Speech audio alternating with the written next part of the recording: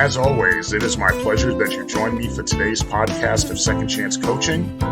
My name is Dr. Richard Lewis. If you'd be so kind as to leave me a rating and your feedback, I would very much appreciate it, and it will help others like you to optimally discover this podcast wherever you listen to this and your other favorite podcast.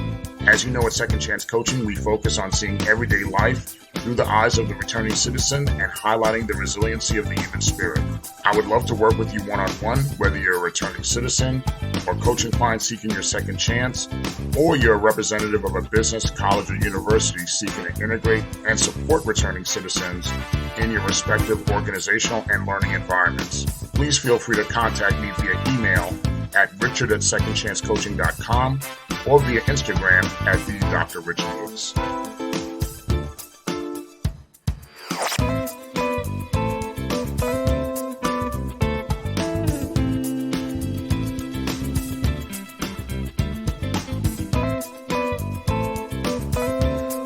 Welcome again to another edition of Second Chance Coaching. As always, it is my pleasure to join you on another week of your reentry journey from whichever corner of the world you're listening from. We always remain humble and excited that you decided to spend a part of your week with us, and this week is no different. This week, we're actually entering Thanksgiving Day here in the United States of America. As a matter of fact, if you're listening to this podcast upon the day in which it drops, which is on Wednesday, Thanksgiving Day will be tomorrow. So no matter where you are, whether you're on this side of the world or you might be currently incarcerated, or if you're going through something right now, there's still always something to be thankful for. We just have to continually search for it. You know, some days are harder than others. As a matter of fact, we'll even drop another podcast episode tomorrow speaking of giving thanks and those reflections of giving thanks. But speaking of giving thanks, last Thursday was an exceptional day to give thanks as well. As in the state of New York, the Clean Slate Act officially was signed into law by Governor Hochul. And with the stroke of a pen, myself and along with 2 million eligible New Yorkers have had their records automatically sealed. And as it was said in the signing by the governor, the most effective rehabilitation tool that one could be given is a job. And the Clean Slate Act, immediately a lot of the proponents talked about that this is the ability of someone to get a job, to get a clean slate, a fresh start. But I like to debate. I like to say that it's more than just a job. It could also give an opportunity for someone to get a license. It could give someone an opportunity at decent housing. It could even give someone the opportunity, a chance to coach one's Little League baseball team. My late son, Nnamdi, played Little League baseball, but I certainly didn't try to coach or apply to coach the team because I knew my background hit would prevent me from being that part of that integral part of his life. But I still showed up to every single game, and I still shared that experience with him. Maybe another thing that the Clean Slate Act gives someone an opportunity is to not needing to be judged by a significant other. I mean, getting a driver's license, opening a checking account, the chance to get better credit, getting into a college or university. So many things among the over 40,000 collateral consequences that one has to experience when they have a criminal justice record. And maybe just some of those things could be just summed up in one word or in 2 words. How about just having that second chance, those 2 words? In my case, as I've shared with you before, I was able to have my record sealed prior to the passage of this law, probably a little more over 2 years ago, under New York State Law 160.59. When this happened for me, the first benefit for me was that I was able to, without any difficulty, at least when it came to that part of the process, I was able to go through the screening process to purchase my condominium apartment seamlessly. As I've discussed in previous podcast episodes, when I was looking for an apartment to rent over 10 years ago, housing was an issue because of my criminal justice record. I was denied by a number of complexes before I was accepted by one complex. And every denial, like I said, was because of my criminal justice history. Not because of my credit, not because of my job, not because of my ability to pay. It was all about my criminal justice history.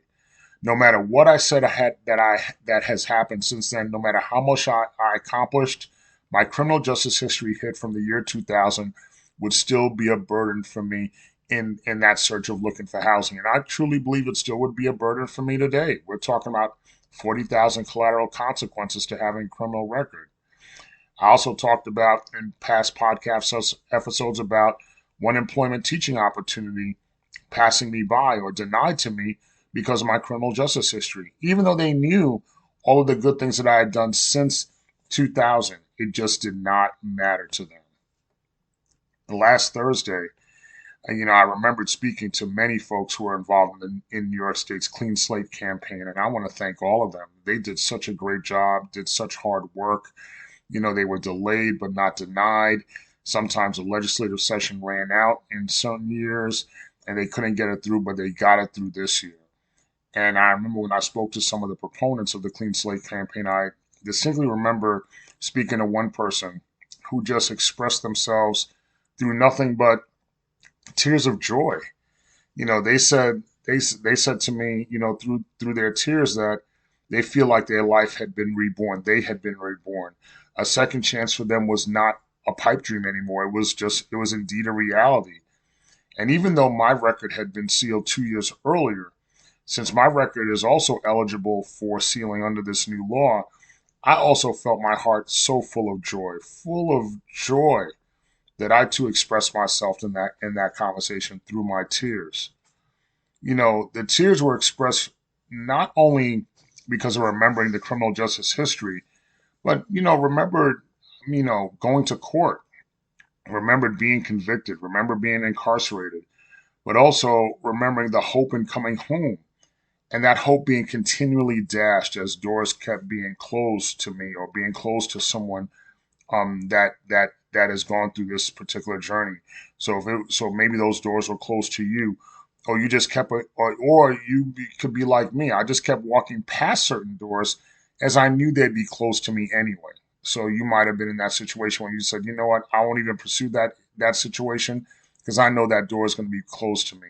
Now, those tears of despair, those tears of hopelessness are now tears of joy because now the New York State legislature, with a stroke of a pen and the governor signing off on it, has given us, you, all of us, the tangible hope that we have not had in years. In research, I was looking up documentation from the North Philadelphia Law Center. They shared with us that in the state of Michigan, Clean Slate has already been in effect in there for quite some time.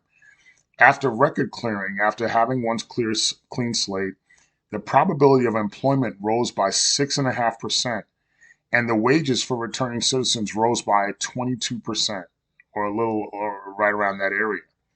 In addition, fewer than 4% of people that were eligible for clean slate, fewer than 4% were rearrested within 5 years of having their records cleared. Now compare that. Fewer than 4% rearrested within 5 years of having their records cleared. Now compare that to a nationwide recidivism rate of close to 70% within 3 years of release. It just makes sense for this type of legislation to take place. It's been way too long for it to take place. In the same documentation, the North Philadelphia Law Center also indicated that in California, where some convictions could even be expunged, they found that an individual who had their record expunged experienced an average yearly income increase of $6,190.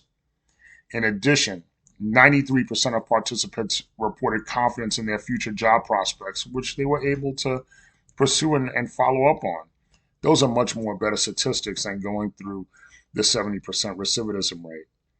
But even with all of these statistics that are positive, that really give strength to what clean slate is, there's still opponents to these type of legislative actions. And why could that be? Because of fear? Do they not? Could it be fear, or do they not believe in second chances? Do they believe that once a criminal, always a criminal? Do they believe that no one innocent has ever been convicted, that someone's been wrongly convicted? I could honestly answer. I could honestly answer that I can't answer or speak to someone else's, motivations. I'm not sure if it's fear. Maybe it is fear. But, if it is fear, and a lot of times, a lot of the reasons that I've heard as far as the opponents of this type of legislation is fear. But remember, fear is a powerful motivator. It could prevent you from making a change, or it could really keep you being at the status quo. But now, but now the record sealing has now taken place for you. A lot of you New Yorkers. It's taken place for me. You could seal the record now that you have your new chance, your new life, your second chance, your clean slate. But believe me, even though you seal the record, it never seals the experience. Because my conviction and the type of conviction I had happened over 23 years ago, I was eligible to work at the airport because federal background check dynamics only go back up to 10 years. Even though it goes back only 10 years, there is paperwork that will ask you if you've ever been convicted or arrested of anything. It'll go through your whole record. And sealing doesn't stop a federal background check from finding out what it is that you've been through, if you've been through everything, anything. Even though I was not afraid of the job prospect escaping me, I was past that point. The fact that I had to acknowledge and possibly be questioned again about my past, it just really gave me that deep feeling deep inside my stomach, that pain, that nervousness that once again, someone might say no, might say that you're not good enough, might say that that has nothing to do with my qualifications just because I had a criminal conviction from the year 2000. Not judged by that one hit in 2000, not judged by all the accomplishments that I've had in the last 23 years. In my teaching position, as a matter of fact, we must complete a certain amount of professional development or continuing education hours in a 3-year time frame. The requirement can also be met by the completion of one 3-credit course at the undergraduate or graduate level. I recently applied a few months ago at a local university to take a course in the new year that is of interest to me. And in going through that application process of applying to the university, you certainly have to answer questions about your criminal justice history, if it's applicable to you. Now, for the last 23 years, I've been answering in the affirmative and have gone through the process of having a letter of explanation, so much so that I have a template format for my criminal justice explanation letter. The only thing that has changed with that template is that I've added in the letter that my record is sealed. But despite my record being sealed, my automatic mental muscle memory was to answer in the affirmative, which caused a number of follow-ups and forms and processes from the university which I had to follow automatically take place. And I just went through it as if it was nothing because that's what I was used to. I was just used to going through those processes. And one of the process was to actually pay for a criminal background check with an outside company and then submit the results to the local university. When I paid and completed that background check, the background check was returned to me with no hits, which means nothing came up on my record. Why? My record had been sealed. Even though I consciously was not surprised by the result of the background check coming up with no hits, I still unconsciously felt like I had to provide that disclosure, even though the result of the background check solidified my conscious knowledge that I could have answered no, because I knew I had a legally sealed record. But at the end of the day, while my record was still sealed, my experience and the feelings coming from that experience were not sealed, nor will they ever will be. So there was just the conscious dynamic of just answering yes, even though I explained the fact that the record was sealed. Now, there's a part of me that, even though that never wants that experience to be sealed in my mind. I never want the fire or the drive, determination, faith, and the fuel that drives me to be an advocate for second chances. I never want that to go away. I never want that to leave. But however, what I would like to leave from me is the mental muscle memory that automatically had me react to automatically disclosing that I had a criminal justice background, even though in the letter I was explaining that the record was sealed. So in essence, I really wouldn't have had to explain anything. I could have just kept it to myself. Now, I would like that mental muscle memory not to be a part of me anymore. And I have a fellow 2 million New Yorkers that have just experienced this newfound bill of health, this new second chance. And it is my hope that this disabling mental muscle memory leaves them as well, just like I'm trying to have it leave me. Now, while we have discussed in the past different dynamics here in the podcast about putting things in the past behind you, but let me remind you, and of course, this is also a part of me to remind myself what Psychology Today shares with us as seven strategies that we could use to put the past behind us. And let's talk through what these seven strategies are. Number one, consciously decide to put the past behind you. Now, this may sound obvious in its state, but sometimes it isn't. Consciously, means that we're aware of what's happened to us and understanding how we're affected by it. And, so we have to consciously put that past behind us. So if I know that my record is sealed, consciously put that behind me and say, you know what? I don't have to answer in that affirmative anymore. Number two, take complete responsibility for yourself. It's ultimately up to you to take the necessary actions to help you move forward. But then ask yourself this question when you're trying to move forward. What's holding you back? Why is it holding you back? And how does holding on to that past make you feel? How does it make me feel? How does it make you feel? Does it make you feel better to live in the past on the fantasy of what could have been, or I should have turned left, or you should have turned left, or you should have turned right? Are you using the holding on or the what ifs or the what could haves as a way to remain in limbo? So, but in being honest with yourself, in dwelling in the past, is it taken away from you moving forward in the future? I tell my students all the time, you learn more from the mistakes you made than the accomplishments that you have. So is taking responsibility for yourself, part of that is embracing those mistakes and embracing those lessons from those mistakes. And just being honest with yourself that, the pain and the hurt and the disappointment will diminish if you're taking complete responsibility for yourself. Number three, accept the past as is. All of us talk about the 5 stages of grief: denial, anger, bargaining, depression, and acceptance. And, a lot of that talks about sometimes dealing with the death of someone, but also too, past events could feel like a loss. It could feel like something has happened dramatic or traumatic to us. And sometimes it's that emotion.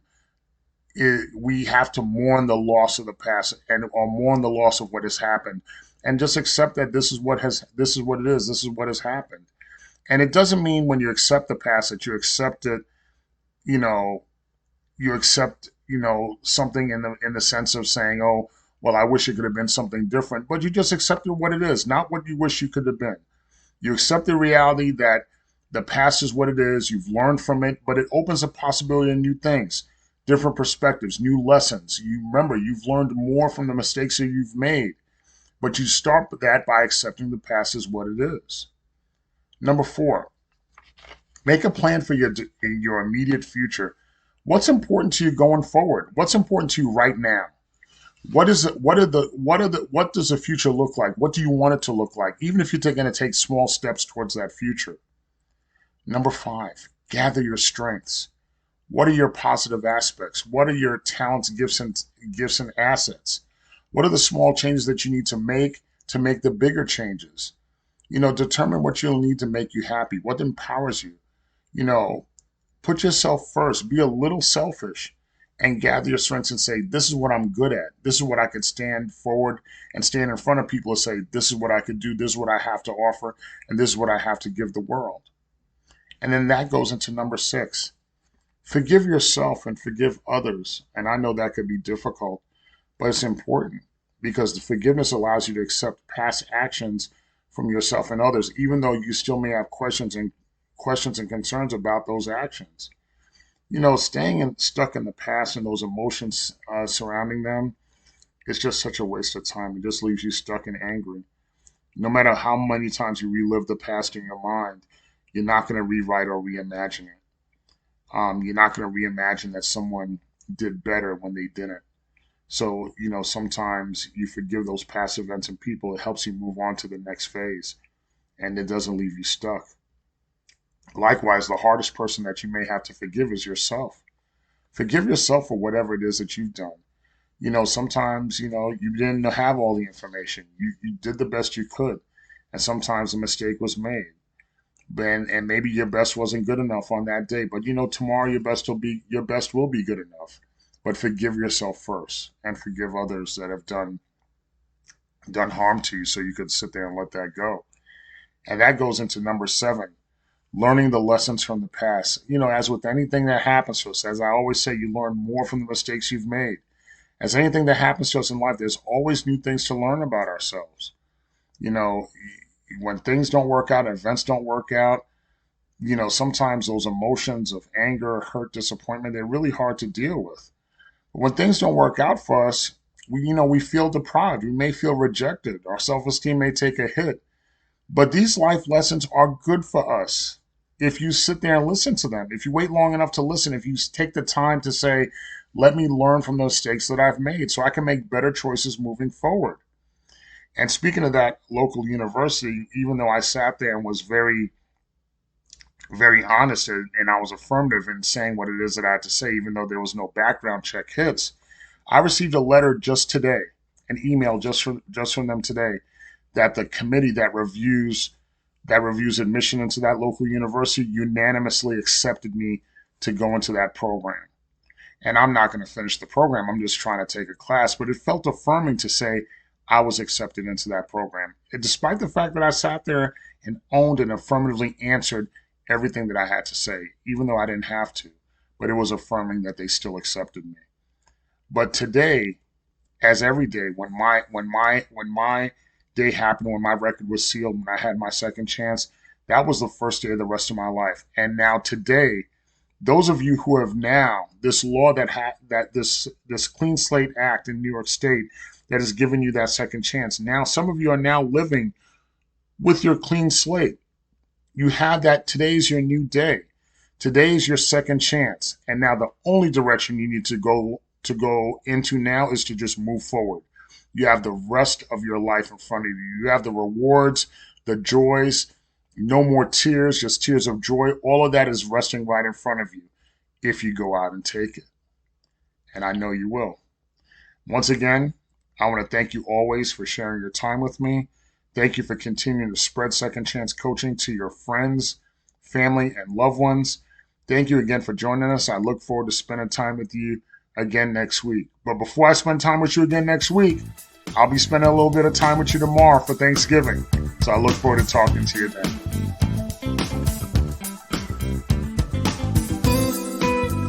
Thank you again for joining us here at Second Chance Coaching. In addition to coaching services for individuals and businesses, I'm also available for speaking engagements and workshops on criminal justice reentry, human resources, as well as organizational culture and leadership. Feel free to email me at richard@secondchancecoaching.com, as well as connect with me on Instagram at @DrRichardLewis. Remember, every day you are given this opportunity for your second chance, and I know you'll make the best of it. I love you all, and I look forward to connecting with you next time here at Second Chance Coaching.